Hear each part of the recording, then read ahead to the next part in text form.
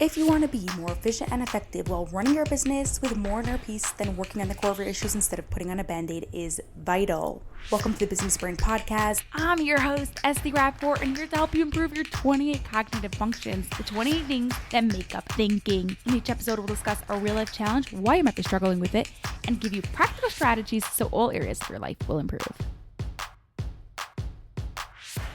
Noah came to me feeling overwhelmed and so tired. No matter how much he worked, he always felt that there was more. He stayed in his office till late, would come home drained, not have time or patience for anyone, only to wake up in the morning to the same situation. What made it worse was Noah had to be given advice by a coach to put an enough point. This was essentially a goal where you say, this is enough. I can rest now. But Noah didn't like that advice, as it felt like he was playing small instead of giving him the space to reach his potential. By the end of the program, Noah found himself going home at a reasonable hour and feeling really good about the work he's done. At night, he was able to sleep well, knowing he made good use of his time and is working towards incredibly ambitious goals. If you're experiencing something similar, I'm here to tell you, you do not have to struggle forever. In this episode 470 of the Business Brain Podcast, I'm going to share with you the exact steps of what you can do to have your own transformation. But first, screenshot this episode and share on Instagram stories. Don't forget to tag me at Life Peaks University so I can thank you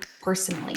While you are doing any task, you, without even realizing it, are using your 28 thinking skills. But the thinking skills you need to use are strong. Doing the task happens easily. If the thinking skills you need to use is weak, doing the task will be a challenge. The struggle that Noah had came from a weak thinking skill of categorizations and understanding reality.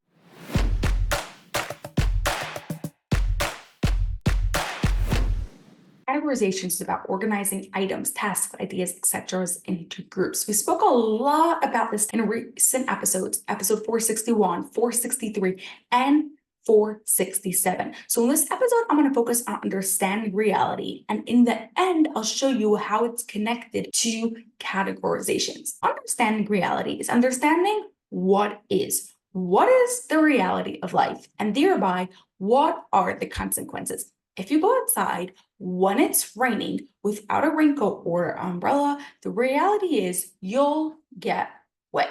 If you don't give your employees feedback, reality is they don't know what you want from them. Once you understand what reality is, you can do something about it. You can take an umbrella, you can have a meeting with your employees, etc. People have a hard time with understanding reality. Try to change what it is and only end up getting frustrated all the time. Don't let the reality stop you. Use it to your advantage. In Noah's case, his lack of understanding reality was causing him to plan too much for each day, but unrealistic deadlines on the team and having expectations set up in a way that made it impossible for him to achieve them. That's why his previous coach told him to have an enough point.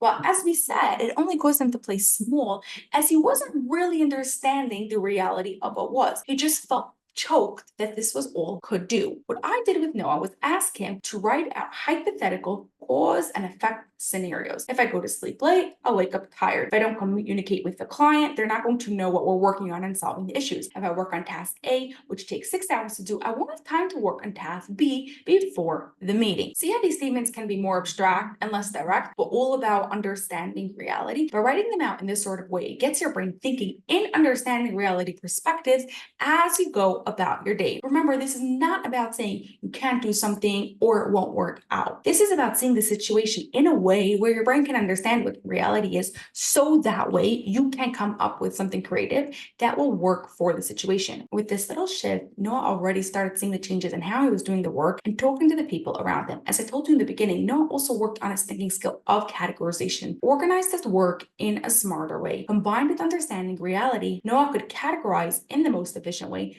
based on the reality of what is. This saved him 3 hours each day, allowing him to go home at a reasonable time. Best of all, he felt energized and accomplished what he was working on, as though his work was no longer draining and he had ambitious goals, understanding what it will take to get there.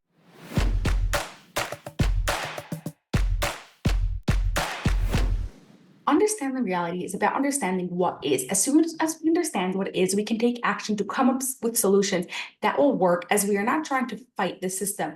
Rather, the action we take works with the reality and helps us reach our goals faster. Your challenge this week is to turn the timer for 10 minutes and write down as many cause and effect statements as you can. Try to make them more abstract and not as direct. This will be working on your understanding reality on a higher level. Have an awesome rest of your day, and I'll catch you on the next episode.